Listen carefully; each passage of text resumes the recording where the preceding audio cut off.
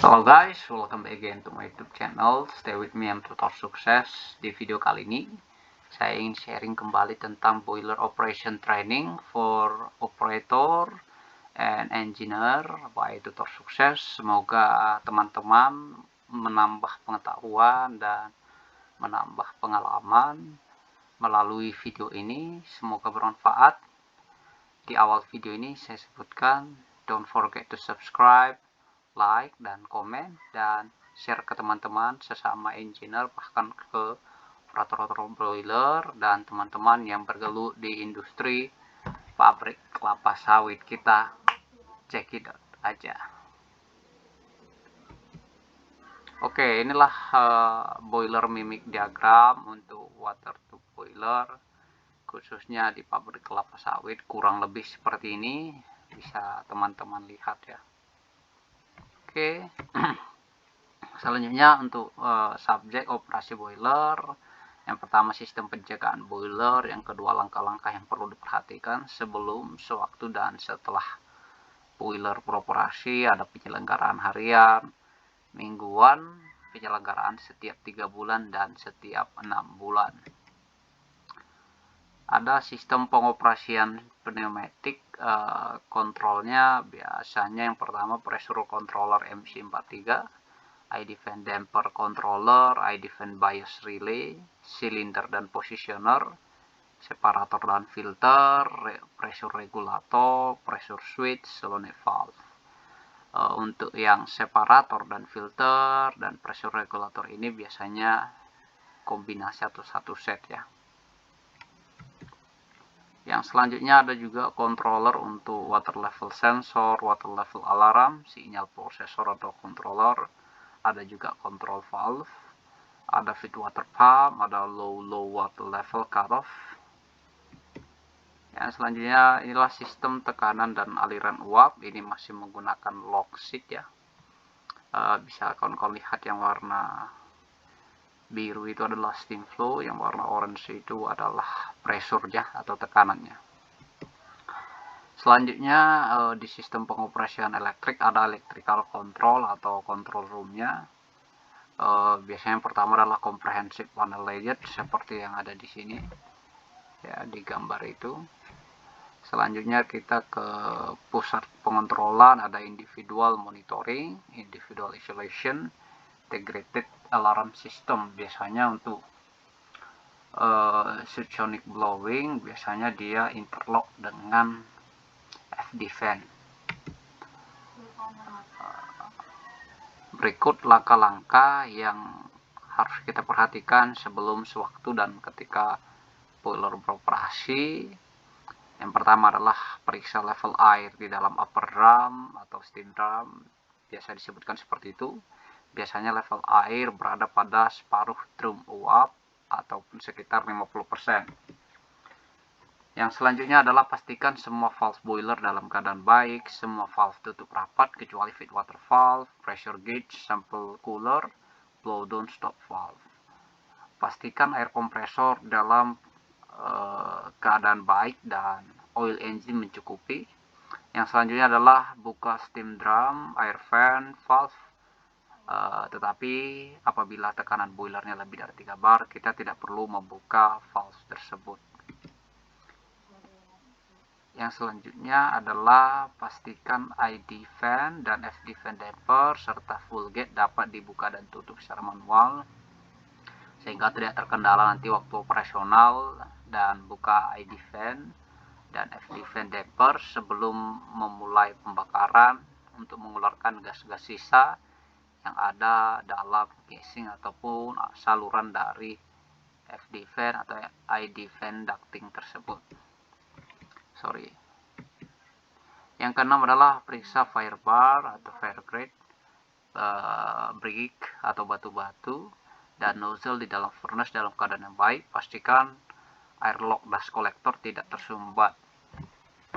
Yang selanjutnya adalah hidupkan full feeder fan dan jalankan semua full conveyor. Selama proses pengisian, bahan bakar dalam furnace harus sama merata, dan jangan lupa untuk modulating dampernya juga dihidupkan. Inilah kondisi brickwork dan coran refraktori ya. Kebetulan yang di bawah yang ada fire door ini adalah menggunakan reciprocating grate ya, jadi menggunakan hidrolik untuk mendorong fire crack-nya maju dan mundur. Yang di atas sebelah kiri adalah kondisi dari untuk brickwork dan coran dari bagian samping dari boiler tersebut ya, kurang lebih seperti ini baru selesai di konstruksi ataupun dikerjakan. Selama pembakaran suhu di dalam furnace haruslah naik perlahan untuk menghindari keretakan coran refraktori dan brick ya, atau batu-batu yang ada di dalam ya. Yang kesebelah adalah sesudah tekanan steam naik ke di atas 3 bar, tutup valve air fan. Yang selanjutnya adalah ID fan. Motor hanya boleh on atau dihidupkan setelah suhu gas asap itu atau flue gas ductingnya itu 120 derajat Celcius. Pastikan ID damper ditutup penuh sebelum on ID fan. Begitu juga dengan FD fan damper juga tutup sebelum on, sehingga lonjakan dari ampere bahkan voltase tidak signifikan. Yang selanjutnya adalah sewaktu ID fan dan FD fan operasional secara manual, pastikan bacaan di furnace draft di antara 0 sampai minus 20 mm H2O ya. Yang ini. Selanjutnya adalah buka semua side header drain, bahkan baik yang di depan maupun yang di samping kiri kanan, sebanyak 2-3 putaran saja. Lakukan buka dan tutup valve untuk memastikan ke semua kotoran terbuang seperti itu. Yang selanjutnya adalah sewaktu tekanan boilernya 5 bar, periksa gate glass secara manual untuk memastikan tidak ada kebocoran pada level glass. Cara pengujiannya adalah yang pertama adalah tutup steam valve, tutup water valve, dan buka drain. Maka air di dalam kolom akan keluar, akan turun ya. Yang kedua adalah buka drain valve, buka water valve. Sekarang air saja keluar dari dalam gelas dan tutup water valve. Yang selanjutnya adalah buka drain valve, buka steam valve, dan terdapat steam saja keluar dari dalam kolom gelas dan tutup steam valve. Kemudian buka kedua-dua valve serentak, kemudian air dan steam keluar dari gelas atau kolom. Yang selanjutnya kemudian tutup drain valve secara perlahan-lahan, akan terlihat level air di dalam side glass atau kolom, menunjukkan bahwa air di dalam boiler itu adalah level air yang sebenarnya. Inilah side glass, bisa teman-teman lihat ada dua, yang ada itu ada transparan glass, ada reflect glass ya. Yang ini yang untuk steam valve, yang ini untuk water valve, yang ini untuk drain ya. Kurang lebih sama, ini adalah steam drum valve, ini water drum, ini drain. Yang kedua adalah periksa membrane untuk memastikan extra low alarm system. Tutup steam valve dan water valve. Buka secara perlahan-lahan drain valve. Sekarang air dalam chamber akan turun dan extra low alarm akan berbunyi. Sekarang tutup drain valve. Sekarang buka steam valve dan water valve. Lampu membrane akan naik ke atas dan alarm akan berhenti. Dalam tanda kutip, alarm extra low tidak akan dapat di-mute apabila air tidak naik pada kondisi minimal, yaitu first low ya. Nah, yang sebelah sini ya, tidak nampak ya. Di sini ada ini, yang ini adalah membrane-nya. Di sini ada juga dua, yang di atas ini adalah steam, juga yang di bawah ini adalah water ya, water valve. Catatannya, Anda boleh tes extra low selama atau semasa boiler tidak beroperasi, sebab apabila extra low semua fan akan berhenti atau trip system berfungsi. Yang selanjutnya adalah buka dan tutup blow down beberapa kali, kira-kira 10 hingga 15 putaran secara terus-menerus agar kotoran pada water drum itu dipastikan keluar. Buka dan tutup ke semua header, drain valve satu persatu. Catatannya, apabila boiler sedang beroperasi dan tekanan di atas 5 bar, tidak boleh membuka valve drain header. Apabila tekanan boiler sampai ke tahap 15 atau 18 bar, buka main stop valve atau main steam line ya, main steam valve. Dan pastikan ke semua main dan drain turbine valve sudah dibuka. Apabila tekanan boiler sampai set point itu adalah tekanan kerja boiler dan steam disuplai secara normal, boiler dapat dioperasikan secara otomatis atau auto mode. Yang selanjutnya adalah pastikan electrical pump outlet valve tertutup dalam kurung control valve sebelum on electrical motor untuk menghindari motor trip. Sesudah on motor, buka valve secara perlahan-lahan dan pastikan ampere di bawah batas yang ditentukan. Yang selanjutnya adalah bersihkan cermin smoke density setiap pagi. Kalau display asap lebih dari level biasa, bersihkan lagi. Yang ke-17, pastikan bahwa bahan bakar dalam furnace itu merata. Buang abu dari furnace setiap 4 jam sekali. Selama atau setiap kali buka pintu boiler, pastikan tutup secara manual FD fan inlet damper untuk menghindari semburan api atau backfire. Yang selanjutnya adalah buang air atau blow down apabila level air tinggi. Pastikan TDS boiler di antara 2000 hingga 2200 kalau TDS biasanya mengikuti panduan dari chemical supplier. Kalau TDS lebih dari parameter tersebut, lakukan blow down dengan frekuensi lebih sering untuk menurunkan TDS. Yang selanjutnya adalah periksa sonic shoot blower secara manual untuk keselamatan. Gunakan earplug atau headphone untuk melindungi telinga kita sewaktu kita dekat dengan sonic shoot blower. Yang selanjutnya adalah setiap 3 bulan lakukan servis diafragma. Setiap setahun ganti diafragma. Setiap hari periksa oil plunger, biasanya pakai ISO FG32 ya. Yang selanjutnya adalah sewaktu boiler berhenti beroperasi, pastikan air di dalam boiler mencukupi.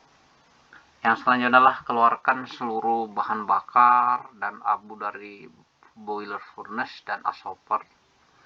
Yang selanjutnya adalah pastikan main steam dan blow down stop valve telah ditutup. Setelah menghentikan ID fan motor, buka ID fan damper sepenuhnya untuk mengeluarkan angin dan gas dari boiler. Kurangi tekanan boiler sampai 5 bar, buang air dan kotoran dari header. Pastikan air di dalam drum itu 3/4 level drum. Dalam artian tekanan menurun maka level air akan rendah. Lakukan slow firing dengan kondisi semua damper dalam keadaan terbuka. Begitulah seterusnya teman-teman lakukan mulai dari langkah nomor 1 sampai 26 ini. Ini dilakukan terus menerus dan ikuti SOP yang ada seperti itu. Yang selanjutnya penyelenggaraan harian, yaitu buang air kondensat dari air kompresor setiap jam kalau ada ya. Yang kedua, buang clinker kalau ada di depan grate pada furnace setiap jam. Kalau ada clinker di dalam furnace perlu juga dibuang. Buang abu dan pasir dari furnace setiap 4 jam.